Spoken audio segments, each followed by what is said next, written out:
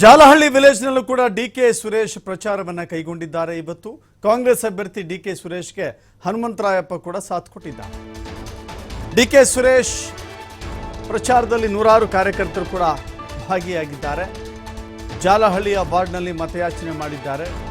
ಸುರೇಶ್ ನಿಮ್ಮ ಸೇವೆಗೆ ನಾನು ಸಿದ್ಧರಿದ್ದೇನೆ ಅಂತ ಹೇಳಿ ಮತಯಾಚನೆ ಮಾಡಿಕೊಂಡು ಮನವಿ ಮಾಡಿಕೊಂಡಿದ್ದಾರೆ. ಕ್ಷೇತ್ರದ ಅಭಿವೃದ್ಧಿಗಾಗಿ ಮತ ನೀಡಬೇಕು ಎನ್ನುವ ಮನವಿ ಅವರದ್ದಾಗಿದೆ.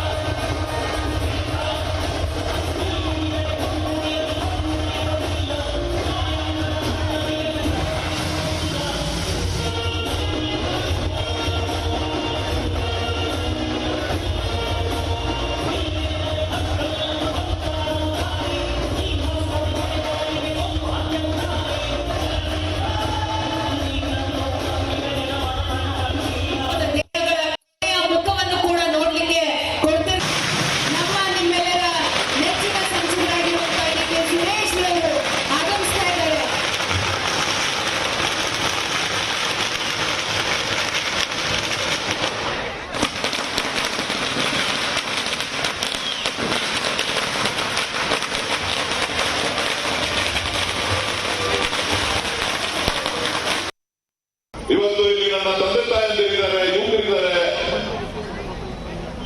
ಕಳೆದ 10 ವರ್ಷಗಳಿಂದ ಮಾನ್ಯ ಪ್ರಧಾನಮಂತ್ರಿಗಳು ಬೆಂಗಳೂರಿನಲ್ಲಿ ಎಷ್ಟು ಉದ್ಯೋಗಗಳನ್ನ ಸೃಷ್ಟಿ ಮಾಡಲಿಕ್ಕೆ ಅವಕಾಶವನ್ನ ಮಾಡಿಕೊಟ್ಟಿದ್ದಾರೆ ಅನ್ನೋದನ್ನ ತಾವು ಯೋಚನೆ ಮಾಡಬೇಕು.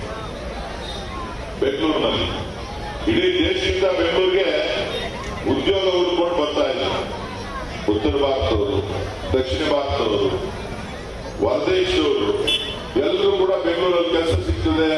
ನನ್ನ ಐಟಿ ಕಂಪನಿಗಳಲ್ಲಿ ಕೆಲಸ ಸಿಗ್ತದೆ, ನನ್ನ ಇಂಡಸ್ಟ್ರೀಸ್ ಡಿಪಾರ್ಟ್ಮೆಂಟ್ ಇಂಡಸ್ಟ್ರಿಗಳಲ್ಲಿ ಕೆಲಸ ಮಾಡಬಹುದು, ನಾನು ಬಯೋಟೆಕ್ನಾಲಜಿ ಕೆಲಸ ಮಾಡಬಹುದು ಅಂತ ಹೇಳಿ ಎಲ್ಲರೂ ಕೂಡ ನನಗೆ ಆಟೋ ಮ್ಯಾನುಫ್ಯಾಕ್ಚರಿಂಗ್ ಕಂಪನಿಗಳು ಕೆಲಸ ಸಿಗ್ತದೆ ಅಂತ ಹೇಳಿ ಉದ್ಯೋಗಗಳು ಸಿಗ್ತದೆ ಅಂತ ಹೇಳಿ ಎಲ್ಲ ಬರ್ತಾರೆ. ಹೇಳಿ ಇವತ್ತು ಇಲ್ಲಿ ನಮ್ಮ ತಾಯಂದಿರಿದ್ದಾರೆ, ಅಕ್ಕಪಕ್ಕ ಮನೆಯಲ್ಲಿ ವಿದ್ಯಾಭ್ಯಾಸ ಮಾಡಿರೋ ಹುಡುಗರಿದ್ದಾರೆ. ಎಷ್ಟು ಜನಕ್ಕೆ ಕಳೆದ 10 ವರ್ಷಗಳಿಂದ ಕೆಲಸ ಸಿಗ್ತಾ ಇದೆ. ಆ ಓವರ್ ಏನ್ ಹೇಳ್ತಾರೆ ಅಂದ್ರೆ, ನನ್ನ ಕೆಲಸ ಯಾವ ತೆಗಿತಾರೋ ಅನ್ನೋ ಭಯ ನನಗಿದೆ. ನಾನು ಬೇರೆ ಏನಾದ್ರೂ ನೋಡ್ತಾ ಇದ್ದೀನಿ. ನನ್ನ ಕಂಪನಿಯವರು ಈಗ ಆಲ್ರೆಡಿ ನನ್ನ ಜೊತೆ ಕೆಲಸ ಮಾಡ್ತಾ ಇದ್ದವರು ತೆಗೆದು ಆಗ್ತಾ ಇದ್ದಾರೆ ಅಂತಕ್ಕಂಥ ಭಯದ ವಾತಾವರಣ ಎಲ್ಲಿದೆ ಅಂದ್ರೆ ಅದು ಈ ದೇಶದಲ್ಲಿದೆ, ಕರ್ನಾಟಕದಲ್ಲಿದೆ, ಬೆಂಗಳೂರಿನಲ್ಲಿದೆ. ಇದಕ್ಕೆ ಕಾರಣ ಭಾರತೀಯ ಜನತಾ ಪಕ್ಷ, ಮಾನ್ಯ ಪ್ರಧಾನಮಂತ್ರಿಗಳು ಅನ್ನೋದನ್ನ ತಾವ್ಯಾರು ಕೂಡ ಮರಿಬಾರ್ದು. ಇದು ಅವರ ಗ್ಯಾರಂಟಿಗಳು. ಯಾವುದು? ಸಂಪೂರ್ಣ 15 ಲಕ್ಷ ರೂಪಾಯಿ ನಿರುದ್ಯೋಗ, ಬೆಲೆ ಏರಿಕೆ, ಗ್ಯಾಸ್ ಬೆಲೆ ಕಡಿಮೆ ಮಾಡ್ತೀವಿ. 450 ರೂಪಾಯಿ ಕಾಂಗ್ರೆಸ್ ಅವರು ಮಾಡುತ್ತಾರೆ. ಪ್ರತಿ ಸಿಲಿಂಡರ್ ಮೇಲೆ 250 ರೂಪಾಯಿ 300 ರೂಪಾಯಿ ಸಬ್ಸಿಡಿ ಕೊಟ್ಕೊಂಡು ನಿಮಗೆ ಬೆಲೆ ಏರಿಕೆಯನ್ನ ನಿಯಂತ್ರಣದಲ್ಲಿ ಇಟ್ಟಿತ್ತು. ಇವತ್ತು ಬಿಜೆಪಿಯವರು ಏನ್ ಮಾಡ್ತಾ ಇದ್ದಾರೆ? ನಿಮ್ಮ ಹತ್ರ ಹಣ ದರೋಡೆ, ಹಗಲು ದರೋಡೆ ಮಾಡ್ತಾ ಇದ್ದಾರೆ. GST ಹಗಲು ದರೋಡೆ ಮಾಡ್ತಾ ಇದ್ದಾರೆ. ಟ್ಯಾಕ್ಸ್ ಗಳ ಹೆಸರಿನಲ್ಲಿ ದರೋಡೆ ಆಗ್ತಾ ಇದೆ. ಸೆಸ್ ಗಳ ಹೆಸರಿನಲ್ಲಿ ದರೋಡೆ ಆಗ್ತಾ ಇದೆ. ಇವತ್ತು ಈ ದರೋಡೆ ಮಾಡಿದಂತಹ ಹಣ ಕರ್ನಾಟಕದ ತೆರಿಗೆದಾರರ, ಕನ್ನಡಿಗರ ತೆರಿಗೆದಾರರ ಹಣ ಎಷ್ಟು ಅಂದ್ರೆ 10 ವರ್ಷದಲ್ಲಿ 24 ಲಕ್ಷ ಕೋಟಿ ರೂಪಾಯಿ ಹಣವನ್ನ, ಕರ್ನಾಟಕದ ತೆರಿಗೆದಾರರ ಹಣವನ್ನ ನಾವು ಕೇಂದ್ರಕ್ಕೆ ಕೊಟ್ಟಿದ್ದೇವೆ. ನಾನೀಗಾಗಲೇ ಮಾತನಾಡಿದ್ದೇನೆ ಅನೇಕ ಸಂದರ್ಭಗಳಲ್ಲಿ. ನನ್ನ ತೆರಿಗೆ ನನ್ನ ಹಕ್ಕು ಅಂತ.